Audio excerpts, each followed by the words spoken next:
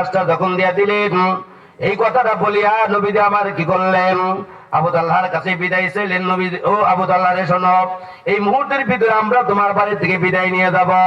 আবু তালহা বললেন, নবী আমার জীবনে কোনোদিন আপনি আমার বাড়িতে আগমন করেন নাই, আজকে আপনি আমার বাড়ির 4 জন জলিল কদর বড় বড় সাহাবী না মেহমান হইছেন, আপনি এখনো পর্যন্ত আমার ঘরের মধ্যে তাসলিম লন নাই, নিতে পারি নাই, আর কেমন করে আপনি আমার বাড়িতে ঘরের ভিতরে মেহমানদারি না করিয়ে আপনাকে আমি বিদায় দিতে পারবো না।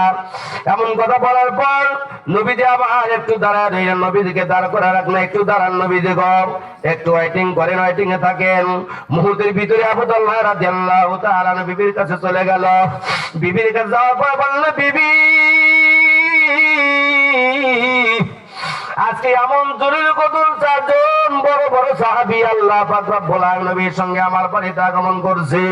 মুহূর্তের ভিতরে যদি আল্লাহর হাবিবকে আমার ঘরের মধ্যে আগমন করাইতে না পারি, যদি আমি মেহমান বানাইতে না পারি, আমার চাইতে কপাল পোড়া মেহমান, আমার চাইতে কপাল পোড়া সাহাবী পৃথিবীর জগতে আর কেউ নাই রে বিবি।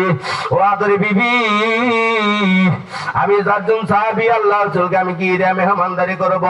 তোমার ঘরের মধ্যে এমন কি আছে কি দিয়ে আমি আল্লাহর রাসূলের মেহমানদারি করব রে বিবি?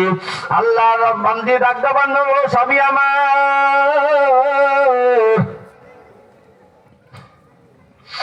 আপনি কি দিয়ে মেহমানদারি করবে? আপনার ঘরের মধ্যে এমন কিছু নাই। তবে স্বামীগো আমার, আপনার ঘরের ভিতরে এমন একটা জ্বালা আছে, এমন একটা পাত্র আছে, এমন একটা মটকা আছে, মাইটার পাতিল আছে, ওই পাতিলের ভিতরে বড় হয় দীর্ঘদিনে কিছু খেজুর মনে পাওয়া যাবে। আবু তালহা রাদিয়াল্লাহু তাআলা হাঁটি হাঁটি পা পা করিয়া সুন্দর করে ওই মটকার পাশে চলে গেল, মাটির পাত্রের কাছে চলে গেল। যাওয়ার পরে দেখে ওই পাতিলের ভিতরে, মাটির তলায়, পাতিলের ভিতরে একদম তলার ভিতরে মাত্র 5 থেকে 7টা খেজুর পড়িয়া।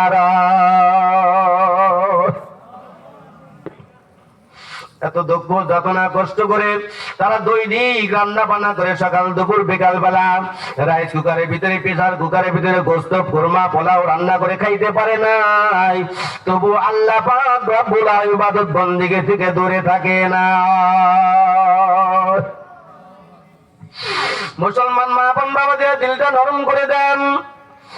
আবু তালহা রাদিয়াল্লাহু তাআলা আস্তে করে সুন্দর করে খেজুরগুলো উঠাইলেন। ওঠানোর পরে মাটির পাত্রের ভিতরে সুন্দর করে দৌত করলেন। দৌত করার পর নবীদের জন্য কি করলেন, ওইটা তার ঘরের ভিতরে একটা ভাঙ্গা চকি, ওই চকির ভিতরে নিয়ে একটা দস্তরখান বিছায় দিলেন।